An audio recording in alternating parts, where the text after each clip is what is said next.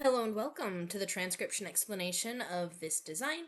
It was made to be on a calf, which is why it's this sort of vertical and kind of expanding design with a lot of symmetry and bouncing back and forth to it.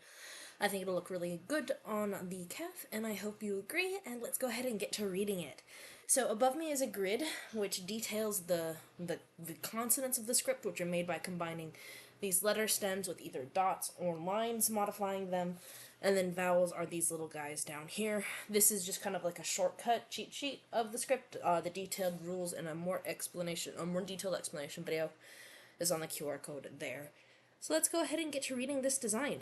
So, at the very bottom we have this shape here, and this is our start marker, and it's like a little eyeball looking in this direction. So starting here, our first letter is a little guy, and it has the line going inwards, making it the letter I. So again, the vowels over there on this side of me, well, the little circles. Anyway, so I has a line going inwards, and then we have these two consonants here. And these two consonants are the same line thickness, so it's the same letter twice. And there are three dots with them. So we're in the three-dot column, and because they're a full circle inside the word circle, that puts us into the second row. So that would be a double L. So I double L. And there is even a double line here, connecting from the word circle outwards towards the sentence circle. This is the apostrophe.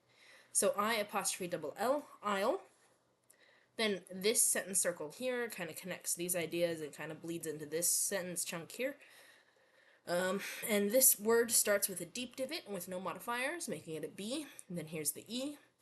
This W has two lines. I has a line going inwards, and this TH is a crossing circle with no modifier. So B with H has a deep divot but with two lines. This line that passes through doesn't count. It lines where it ends right there. So H, I, continuing around. 1, 2, 3 lines on the M, so him. L has 1, 2, 3 dots. I'm actually gonna... I keep adjusting how I want these dots.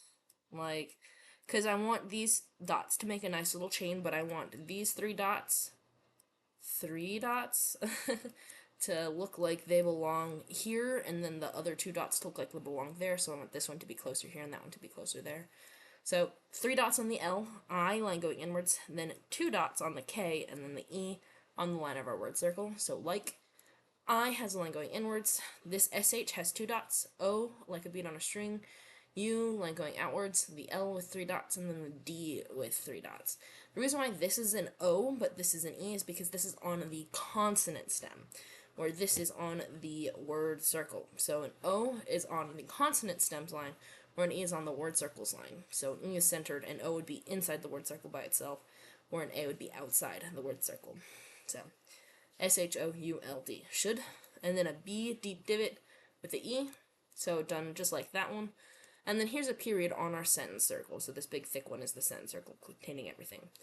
So I'll be with him like I should be. And then this sentence, me, 1, 2, 3 lines, so these two thin ones and that thick one, and then the E centered. Yes, this looks like it could be the number 3, but numbers are assumed to be numbers only if they don't also spell words and make sense as words in context. So basically, assume it to be a word unless proven otherwise. So ME, and then A outside our word circle, N with 1 line, and then 1, 2, 3 dots on the D, so me, and then this shallow divot has 1, 2, 3, O, R, Y with 2 dots, Rory, and then together, TOGETHER, and I tried to make it so the word together kind of held me and Rory together. So yeah, and the reason why this isn't read bouncing together like these guys is because this here, this is our sentence circle, and you read right at the bottom and you go counterclockwise around the sentence circle. So it's treated like a word circle with letters on it, so like this word continuing counterclockwise, this word, and then that word. So, yep.